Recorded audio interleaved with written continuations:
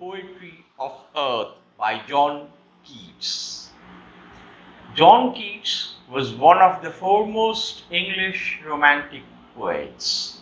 He belonged to the younger group of Romantic poets along with Shelley and Byron. The elder group of Romantic poets consisted of William Blake, William Wordsworth, Coleridge, and Southey. All of them lived in a time which corresponded to two of the greatest events of the world's history. John Keats বিখ্যাত ইংরেজ romantic কবি। ইনি এবং এনার সাথে কিটসের সাথে Byron এবং Shelley, এনাদেরকে বলা হতো younger group of romantic poets, and elder group of romantic poets ছিলেন উইলিয়াম ব্লেক, যার কবিতা 11-এ পড়েছো তোমরা, আর উইলিয়াম ওয়ার্ডসওয়ার্থ, তার কবিতাও তোমরা পড়েছো, আর তাছাড়া সাদেই এবং কোলরিজ, এনাদের কবিতা পড়নি। এনারা সবাইকে আমরা একসাথে এনাদের বলি রোম্যান্টিক কবি। এনাদের জীবদ্দশায় পৃথিবীর দুইটি গুরুত্বপূর্ণ ঐতিহাসিক ঘটনা ঘটেছিল। সেগুলো কি? What were they? They were the French revolution and the industrial revolution, শিল্প বিপ্লব এবং ফরাসি বিপ্লব। And these two events influenced their thoughts and writings in many different ways. সেই প্রসঙ্গ আমাদের এখানে কিছুটা অবান্তর, because they will not be put in questions for your class 12 examination. এগুলো ডিগ্রি কোর্সের হায়ার স্টাডিজের প্রশ্ন, কিন্তু তবুও তাদের বিষয়ে জানতে গেলে this is very much important. কেন? তা না হলে তাদের কবিতাগুলো যে গভীরতা সেটাই তোমরা মিস করবে। I have spoken in about the influence and the background of the French revolution and the industrial revolution while I was teaching in class 11 the sick rose by William Blake. তোমরা দরকার হলে ইউটিউবে আমার সেই ভিডিওটাও দেখে নিতে পারো, দেখে নিলে সেখানে তোমরা কিছুটা আইডিয়া করবে এই সময়কার ঘটনাগুলি। আমি এখানে আর সেটা খুব একটা রিপিট করছি না। এখন রোম্যান্টিক পোয়েট, রোম্যান্টিক কবি, রোম্যান্টিকতার বৈশিষ্ট্য হচ্ছে কি? That is question for us. যে রোম্যান্টিক কবি তো বলছি, কিন্তু ওয়াই রোম্যান্টিক? রোম্যান্টিক কবিতার বৈশিষ্ট্য কি? রোম্যান্টিক কবিদের বৈশিষ্ট্য কি? The most important feature about the romantic poets is their love for nature and excessive imagination. অত্যন্ত গভীর কল্পনা প্রবণ এবং প্রকৃতির প্রতি তাদের নিগূঢ় প্রেম তাদের কবিতার এক অন্যতম বৈশিষ্ট্য। আর একটা বৈশিষ্ট্য হচ্ছে মানব প্রেম। সেটার বিষয় আমি বলেছিলাম তোমার উইলিয়াম ব্লেকের সিক রোজ ক্লাস 11-এর যে ভিডিওটার কথা বলছিলাম সেটা, যে ইন্ডাস্ট্রিয়াল রেভলিউশনের ব্যাকগ্রাউন্ডে মানুষের যে দুর্দশা, জীবনের যে সংকট, গ্লানি, their horrors, their trouble, their problem, their hardships, all these were the subject matter of a group of romantic poetry. The other group of romantic poetry যার মধ্যে আমাদের এই কবিতাটা আছে সেটা হচ্ছে লাভ ফর নেচার, প্রকৃতির প্রতি ভালোবাসা। আচ্ছা, পোয়েট্রি অফ আর্থ মানে কি? বাংলা করলে হবে এই রকম, যে পৃথিবীর কবিতা। পৃথিবীতে কোনো মানুষ নয়, সে তো কোনো কবিতা লিখতে পারে না, মানুষই কবিতা লিখতে পারে। তাহলে what does the poet mean by the poetry of earth? Poetry here means the various sounds in the world of nature, even the sounds of the birds, the insects, and the animals also constitute the poetry of our কীট, পতঙ্গ, পাখি, জীবজন্তু, তাদের সবার ডাক, তাদের সবার স্বরকেই এখানে কবির কল্পনা প্রবণ মন পৃথিবীর কবিতা হিসেবে দেখেছেন। This poem was written in 1816 when the poet was about 21 years of age, but it was published much later posthumously, মানে মৃত্যুর পরে, তার মৃত্যুর পরে কবিতাটা প্রকাশিত হয়েছিল in 1884। কবিতাটির সম্পর্কে আরো দু একটা ফর্মের ব্যাপারটা বলে নি। Let me tell you about the form also, though this is not directly related with your question. তোমাদের এইচএসে এই ধরনের কোয়েশ্চেন আসে না ঠিকই, কিন্তু তবুও আমি একটু আলোচনা করি সামান্য, কবিতাটা তারপরেই পড়ছি আমি। It is about the form of the poem. It is a Petrarchan sonnet. এটা Petrarchan sonnet. You have heard about Petrarch, I suppose, in your lower classes in history. In Renaissance history, you have read, I suppose, about Petrarch, the famous Italian poet. তিনি Petrarch হচ্ছেন সনেটের স্রষ্টা। So you have a sketchy idea about sonnet. Sonnet কি তোমরা সামান্য একটু জানো হয়তো, তাও আমি বলছি। This Petrarchan sonnet consists of 2 stanzas, দুটো স্তবক থাকে এতে, first 8 lines and the second one of 6 lines, 8 আর 6 লাইনে বিভক্ত দুটি স্ট্যান্জা থাকে সনেটে, Petrarchan sonnet particularly. The first 8 lines are divided into a rhyme scheme of A, B, B, A, A, B, B, A. এই হিসেবে ছন্দ থাকে, মিল থাকে শেষের রাইম, মানে ওয়ার্ডগুলোর rhyming. And in the case of sestet, অর্থাৎ দ্বিতীয় স্তবকের রাইম স্কিম থাকে CDE, CDE। ঠিক আছে? So the rhyme scheme in a sonnet of Petrarchan style is of 8 and 6 lines. The 8 lines have a rhyme scheme of ABBA, and the sestet, the last 6 lines, have a rhyme scheme of CDE, CDE. Now, let me start reading the poem slowly and I'll explain to them. After that, I'll go into its interpretations, okay? The poetry of earth is never dead. Poetry of earth, প্রথমেই বলছিলাম, what does poetry of earth means? The music of, or rather the music in nature of the birds and insects. They are never dead, কখনো মৃত হয় না, that is they never stop, they always continue.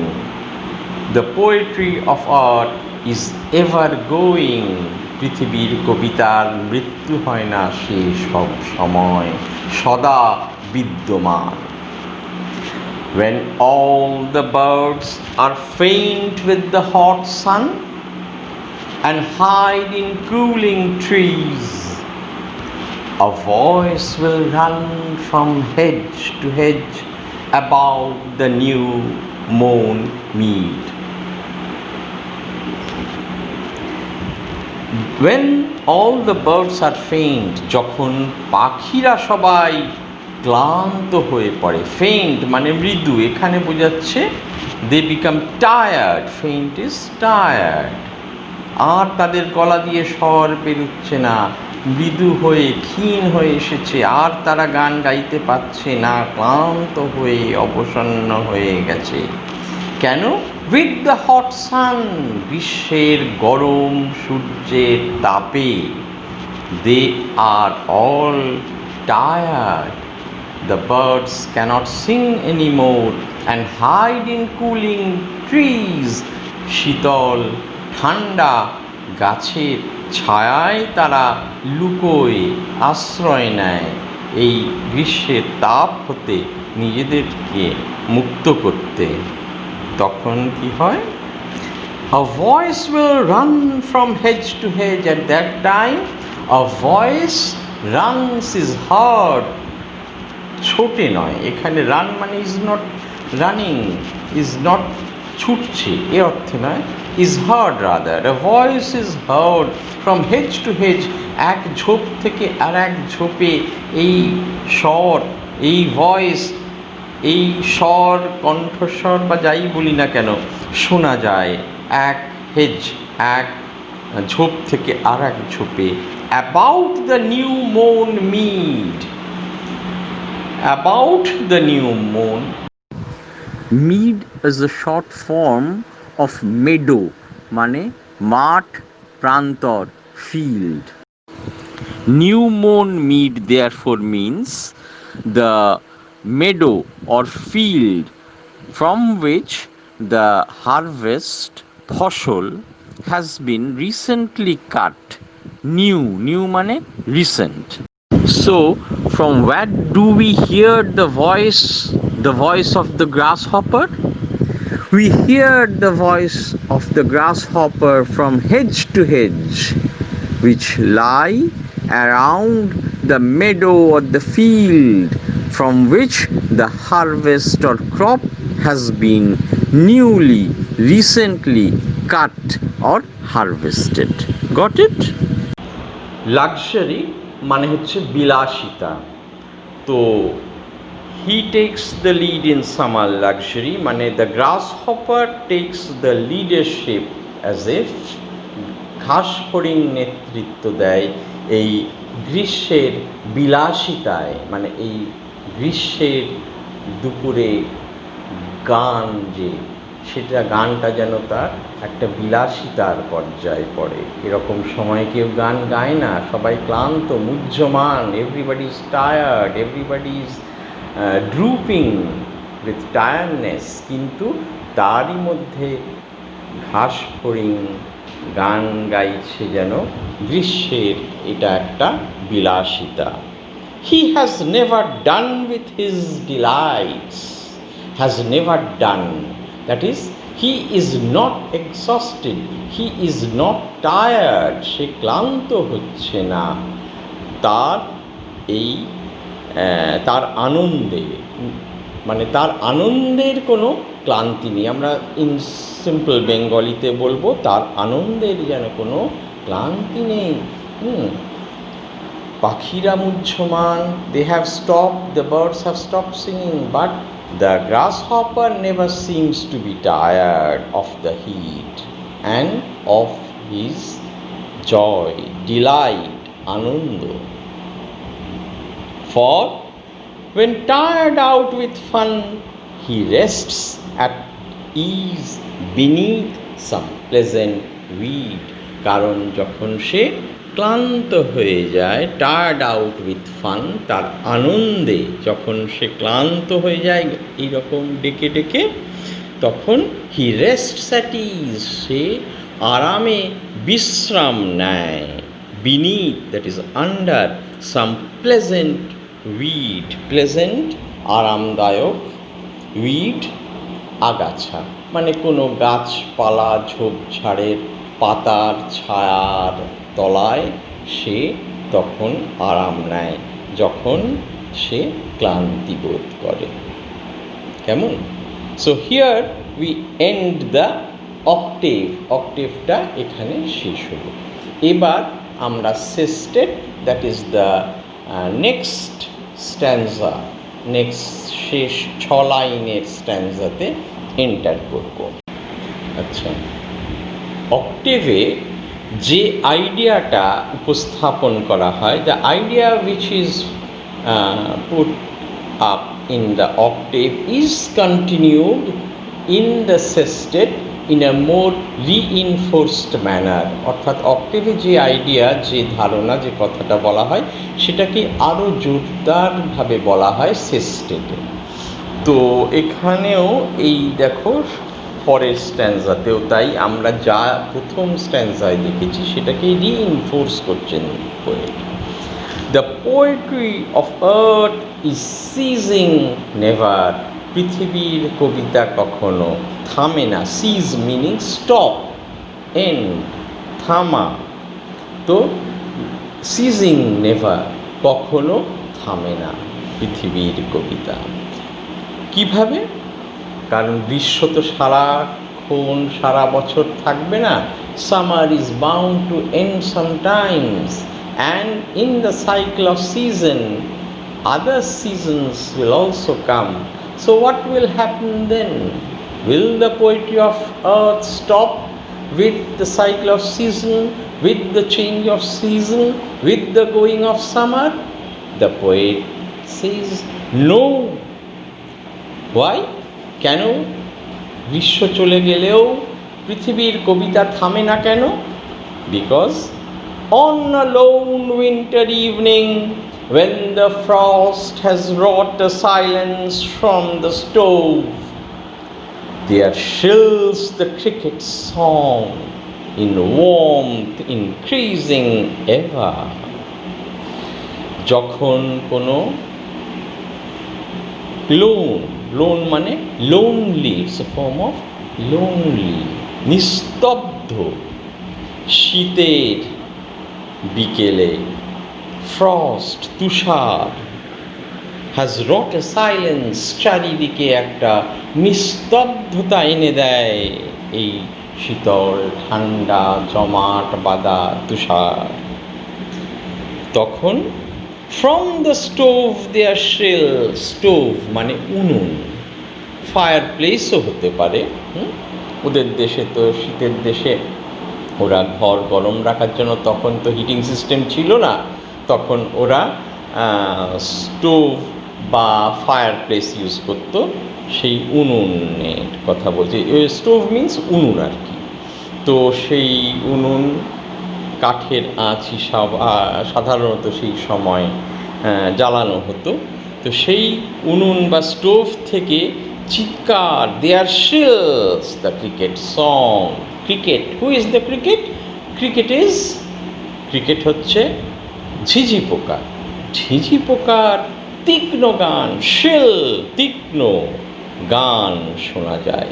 In worm increasing ever, এখানে এই stove বা উনুনের তাপ পেয়ে, গরম পেয়ে সেও যেন উত্তপ্ত হয়ে তার ডাক আরও বাড়িয়ে চলে। ইন ওয়ার্ম ইনক্রিজিং এভার, চারিদিকে ঠান্ডা, চারিদিকে শীতল, চারিদিকে নিস্তব্ধ। Everywhere there is cold, everywhere there is silence, but here from the stove the heat emanates, and as if it generates energy in the cricket to to cry out its shrill song, increasing ever in warmth, and seems to one in drowsiness half lost the grasshoppers among some grassy hills. আর কেউ যেন drowsiness, ঝিমোনো ভাব, কেউ যেন ঝিমিয়ে পড়েছে ঠান্ডায়, বাড়ির মধ্যে গুটিসুটি বেঁধে আধঘুম অবস্থায় হারিয়ে ফেলেছে তার হাফ লস, তার চিন্তা বা ঠিক বোধ বিচার, এই শক্তিগুলো তার ঘুমের ঘোরে যেন খানিকটা ম্লান হয়ে এসেছে। তার মনে হচ্ছে the grasshoppers among some grassy hills, ঘাস ফড়িংই বুঝিবা গান গেয়ে চলেছে ওই ঘাস ঢাকা পাহাড়গুলো থেকে। So here we have finished reading the poem. Now, as I told you that it is a nature poem, প্রকৃতি বিষয়ক কবিতা, but Keats, you know, was a very unique poet of nature. তিনি অনন্য এক ধরনের প্রকৃতি বিষয়ক কবি ছিলেন। অন্য প্রকৃতি বিষয়ক কবিদের মতো প্রকৃতি বিষয়ক কবিতা তিনি লিখতেন না। He never wrote his poems as the other nature poets. That is, for most of the nature poets, nature poetry meant the description of nature. প্রকৃতি বিষয়ক কবিতা মানেই প্রকৃতির বিবরণ, বেশিরভাগ কবিদের কাছেই এই। কিন্তু কিটসের কাছে তা নয়। কিটসের কাছে nature poem, as you see while reading the poem, there's no description of nature, প্রকৃতির কোনো সুন্দর রূপের বর্ণনা এখানে নেই। What he celebrates is the elements of beauty in nature.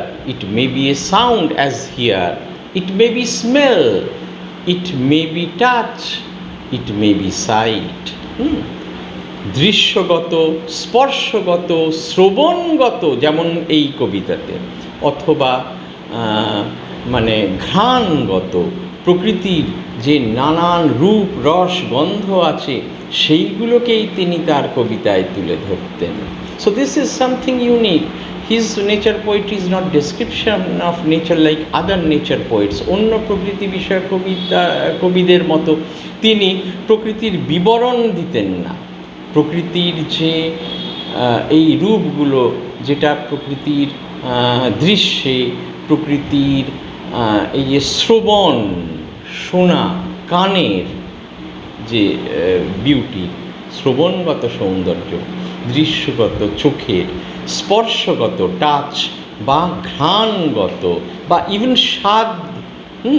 ওনার এই বিষয়ে অনেকগুলো কবিতা আছে যেখানে তিনি এই এক এক ইন্দ্রিয়ের এক একটা টেস্টকে স্যাটিসফাই করছে নেচার, এগুলো দেখিয়েছেন। হ্যাঁ, আমি না হয় দু একটা ইনফরমেশন বক্সে দিয়ে দেবো, তোমরা দেখে নিও। From there you just click the information box and see his different poems where he celebrates the different elements of beauty in nature: taste, touch, smell and hearing, as here in this poem. Apart from sight, দৃশ্যগত ছাড়াও প্রকৃতির এই রূপগুলোকে তিনি celebrate করে। Now you listen to the call of the grasshopper. Grasshopper, ঘাস ফড়িংয়ের ডাক তোমরা এখন শোনো।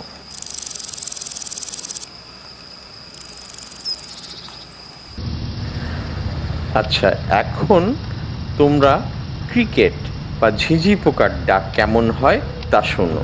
Listen to the call of the cricket.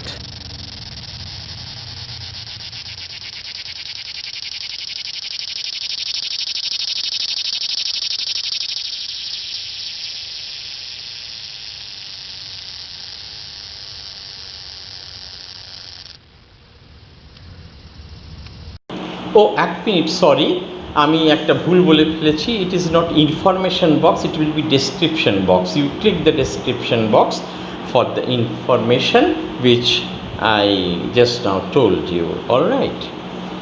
Here in this poem, the grasshopper and the cricket, they stand as the symbol of summer and winter respectively. যথাক্রমে grasshopper হচ্ছে summer, গ্রীষ্মের প্রতীক, আর cricket বা ঝিঝি পোকা হচ্ছে উইন্টারের প্রতীক। হ্যাঁ, they can both withstand the extremes of seasons they represent. তারা দুজনেই যে যে ঋতুর কি বলবো দূত হিসেবে প্রতিভাত হচ্ছে, সেই ঋতুর যে এক্সট্রিম, যে তীব্রতা, সেগুলোকে তারা জয় করছে। They overcome the extremes of the season. They are the symbols of season, of tenacity, of hope and beauty in its classical form. এই দুটি পতঙ্গ হচ্ছে শুধু তার ওই দুটি ঋতুরই প্রতীক নয়, তারা হচ্ছে টেনাসিটি, অর্থাৎ কি বলবো, মানে একটা তেজ, শরীরের ভেতরের একটা ক্ষমতা, শক্তি, তার প্রতীক। They are the symbols of hope, আশার প্রতীক তারা। তারা হচ্ছে the symbol of beauty in its classical sense, classical অর্থে সৌন্দর্যের প্রতীক। They symbolize the endurance of life, জীবনের যে সহ্য ক্ষমতা তার প্রতীক। এই যে গ্রীষ্মের তাপ বা শীতের যে ঠান্ডা, আমাদের মতো ঠান্ডা না, সেখানে ঠান্ডা অনেক বেশি হয়, মনে রাখতে হবে। তো সেই যে বরফ, সেই যে অত্যন্ত ঠান্ডা, এই যে প্রকৃতির যে এক্সট্রিম ফর্ম অফ ক্লাইমেট, সেই দুটোকে তারা উইথস্ট্যান্ড করে, তারা জয় করে। তারা হচ্ছে তাহলে they are the symbols of endurance of life. ব্যাপারটা বুঝতে পেরেছ?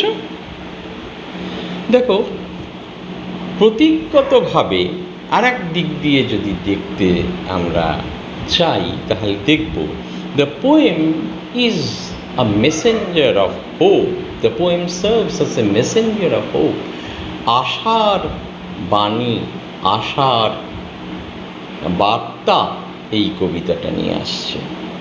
ওই পৃথিবীর কবিতার মতোই আশারও কোনো মৃত্যু হয় না।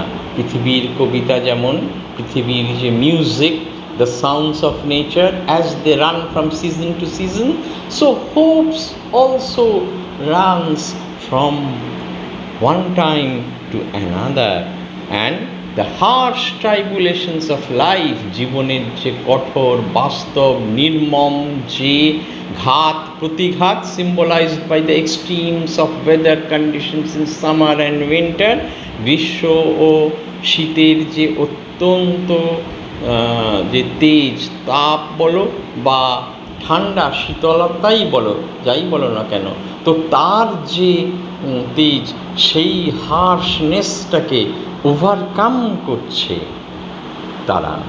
And they sound of life and joy, এই যে তাদের স্বর, এগুলো শুধু সাউন্ড বা মিউজিক নয়, they are the sound of life. তারা জীবনের যেন স্বর, অর্থাৎ জীবন যে বেঁচে আছে তা আমরা বুঝছি কী করে? Through the sounds of this two insects. প্রাণের শেষ হয়নি, প্রাণ রয়েছে, প্রাণ সদা বিদ্যমান, এই কথা যেন তাদের সদা বিদ্যমান এই মিউজিক, দ্য পোয়েট্রি অফ আর্থের মধ্যে দিয়ে তারা বলছে। হ্যাঁ, এমনকি প্রকৃতির সবচেয়ে কঠিনতম সময়েও জীবনের কোনো শেষ হয় না। Even in the bleakest of times there is no end to hope, just like the music of nature. And in this way, the poem is an expression of hope that his poetry, like that of the poetry of earth, will never die. এবং একইভাবে তার কবিতাও, মানে কবির কবিতাও, সেও অমর, সেও মৃত্যুহীন, তার কবিতাও অজেয় হয়ে থাকবে চিরদিন, চিরক্ষণ। ওই সমস্ত রকমের ঝড় ঝঞ্ঝা, তাপ উত্তাপ বা শীতের যে কঠিনতম পরিস্থিতি, সেগুলোকে ওভারকাম করে the poetry of the poet will also leave like the poetry of earth. এটাও তার রোম্যান্টিক কল্পনায় প্রতিভাত হচ্ছে। Now let me discuss with you the important questions of this poem which may come in your examination. দেখো, most important question এই পোয়েমের হচ্ছে the summary of the poem, কবিতাটির summary. But apart from this summary, it may be asked in a slightly different way. The same question may be asked in a slightly different way. In that case, you'll have to answer it also according to the language of the question. অর্থাৎ প্রশ্নটা একটু ঘুরিয়ে আসতে পারে, সেক্ষেত্রে যেরকম প্রশ্ন আসবে সেই রকম একটুখানি কোয়েশ্চেনের ভাষার সাথে আনসারের ভাষাটা মিলিয়ে নিয়ে ওই সামারি ব্যাপারটাকেই উপস্থাপন করতে হবে. Apart from the summary, you may be asked, how does the poet celebrate the poetry of earth, the music of nature in the poem? Ba, who are the poets in the poetry of art, and how do they sing of nature and the poetry of earth? এইরকম গোছের নানানভাবে in different ways, in different languages, the question may be asked to you. So this about the broad questions. আবার plane ইয়েতে, how does the poet celebrate the music of the grasshopper and the cricket in the octave and the sestet of his poem the poetry of art? বললে সেই একই জিনিস হচ্ছে the summary of the poem. ঠিক আছে? আর short কোয়েশ্চেনের মধ্যে এমনি কিছু ক্রিটিক্যাল নেই, কিন্তু একটা জিনিস I have notice that whenever you are asked that what are the music that you hear in the poem, বেশিরভাগই সবাই গ্রাসহপার অ্যান্ড ক্রিকেট লিখে ছেড়ে দাও। You forget about the birds, পাখির কথাটা বলতে ভুলে যাও। কিন্তু মনে রাখতে হবে কবি কিন্তু সেকেন্ড লাইনে বলেছেন when all the birds are faint with the hot sun, পাখিরা যখন গরম সূর্যের তাপে একেবারে যেন মুহ্যমান ম্রিয়মান হয়ে পড়ে, at that time the grasshopper takes up the task from the bird to sing the glory of summer. কাজেই বার্ডের কথা ভুলবে না। Music of the earth, poetry of the earth বললে মনে রাখতে হবে পাখিদের কথাও বলতে হবে তোমাকে, বার্ডস, গ্রাসহপার অ্যান্ড ক্রিকেট, তিনজনের কথা। Okay, remember this so much.